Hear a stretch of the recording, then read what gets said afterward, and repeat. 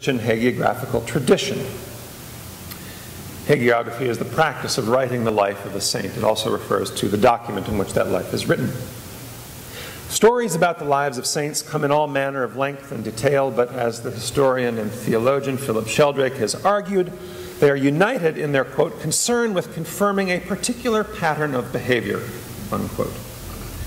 ABMC cemeteries are, I contend, works of architectural hagiography.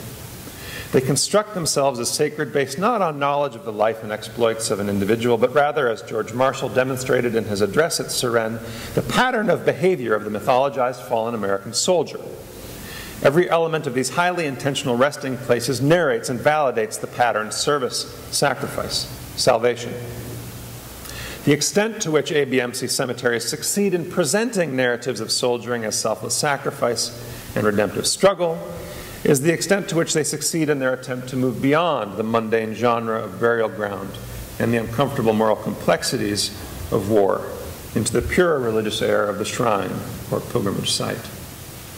We fail to understand these religio-political texts if we do not see in their design and their dominant symbology an attempt to contain what Sheldrake has also referred to as overflows of meaning in favor of this patriotic orthodoxy.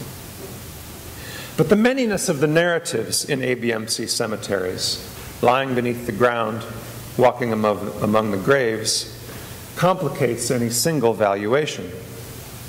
For instance, Suresnes holds the remains of the Cromwell twins, Gladys and Dorothy, who served as Red Cross nurses during the Great War. Like the soldiers and war workers among whom they are buried, the Cromwell sisters did not go home. But their story complicates any picture of redemptive suffering and salvific death. Exhausted by their work with the wounded and dying, Gladys and Dorothy threw themselves simultaneously from the ship carrying them back to New York and drowned. Or consider the story of Felicita Hecht, born in Pittsylvania County, Virginia. Hecht was a Catholic and trained in nursing at St. Vincent de Paul Hospital in Norfolk. She was a mother and widow when, in 1917, she shifted from private nursing in and around Norfolk to the Army Nursing Corps.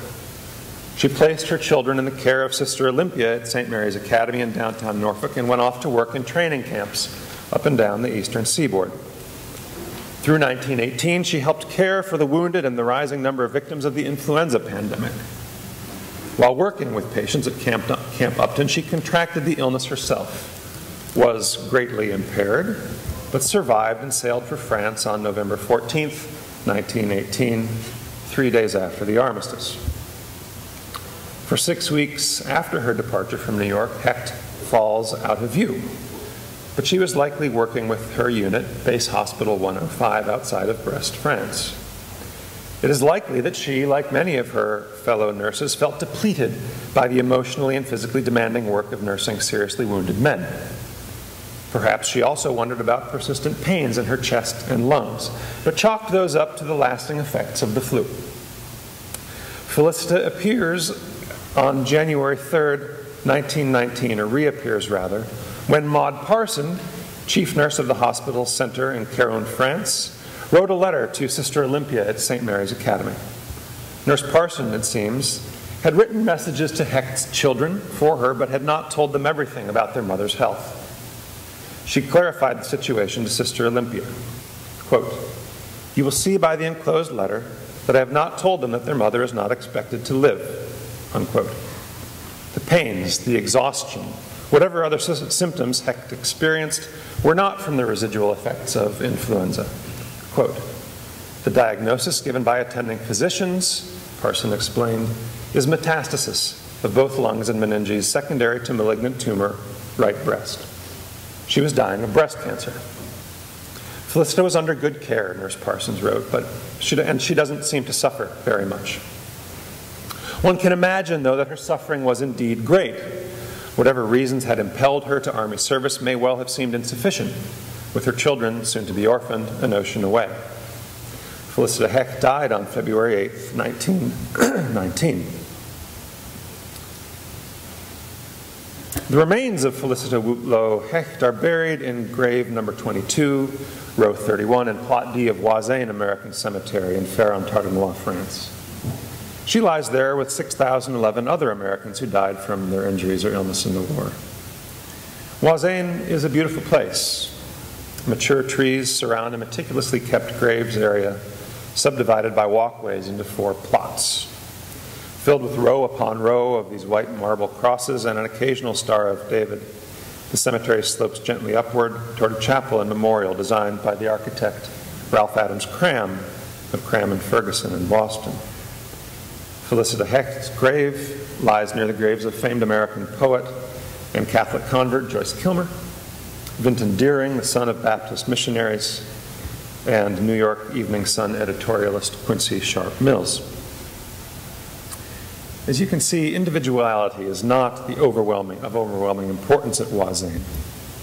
What matters most and what the design of the cemetery emphasizes are these crosses, symbols of sacrifice, and the flag, symbol of the thing to which and by which those sacrifices were directed. Thus, we fail to understand ABMC cemeteries, and I argue they willfully fail in self-understanding, by ignoring their own diversity. For beneath, literally beneath, the multitude of hagiographic devices lie more complicated personal stories and moral realities. African-American soldiers mistreated by the U.S. Army from beginning to end, a woman who died of breast cancer, leaving behind orphaned children, twin sister suicides, 3 infants. The intentional ideology and theology of ABMC cemeteries makes of them a particular kind of sacred space. They fulfill a distinct practical purpose while also presenting an idealized vision of American society to all who visit.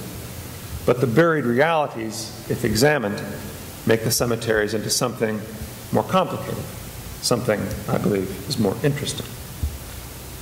The motto of the ABMC cemetery, "Time shall not dim the glory of their deeds," states an impossibility. But the daily struggle waged by the Commission against this dimming is not a fool's errand. ABMC cemeteries are shot through, I have argued, with a patriotic orthodoxy, but to be sure, they do not trade in the cheap grace of the ribbon-shaped car magnet. The remembering that they offer allows but does not force engagement with the staggering cost of war, the particularization of the generalized suffering and sacrifice narrated by their symbology, and the communalization of individual loss. They offer, then, the opportunity to stand on officially designated sacred ground, to witness the Christian elements of their sacrality, and, if one wishes, to turn myths of righteous nationhood and nationalist theology